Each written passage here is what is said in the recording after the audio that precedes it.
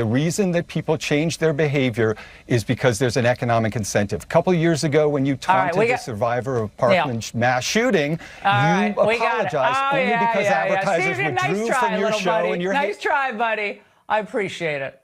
This is what they always do. We're going to welcome all points of view on the show. Laura Ingraham had a spectacular meltdown after a guest took the blindfold off of Fox viewers. During a discussion about NFL player safety, author Steve Almond targeted Fox's previous scandals and ridiculed Ingraham for her mistreatment of Parkland shooting survivor David Hogg.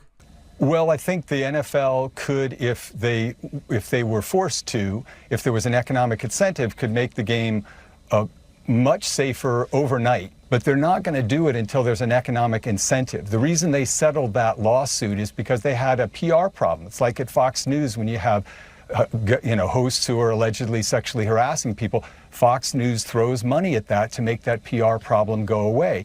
That's what happens with big corporations or powerful people. Well, nobody's done more. I mean, you know that, Laura, right? You know that. Well, that's a cute little move. But I'm trying to get you to answer a question. There's huge economic upside for everyone here, correct? Well, I know you're focused on the players. I'm focused on the fans. And what I essentially believe is not that any government ban is going to make football safer, and certainly not some mythic woke mob that you mentioned to try to scare your viewers. I think it's going to happen. I'm not trying to scare the viewers. Football's not about politics. It's not about politics. You're making it about politics. I think that's your entire economic model. What?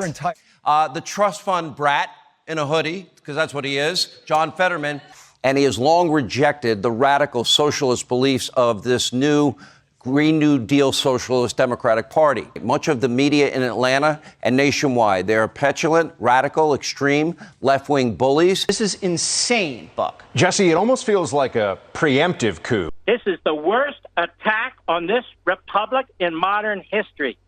Period.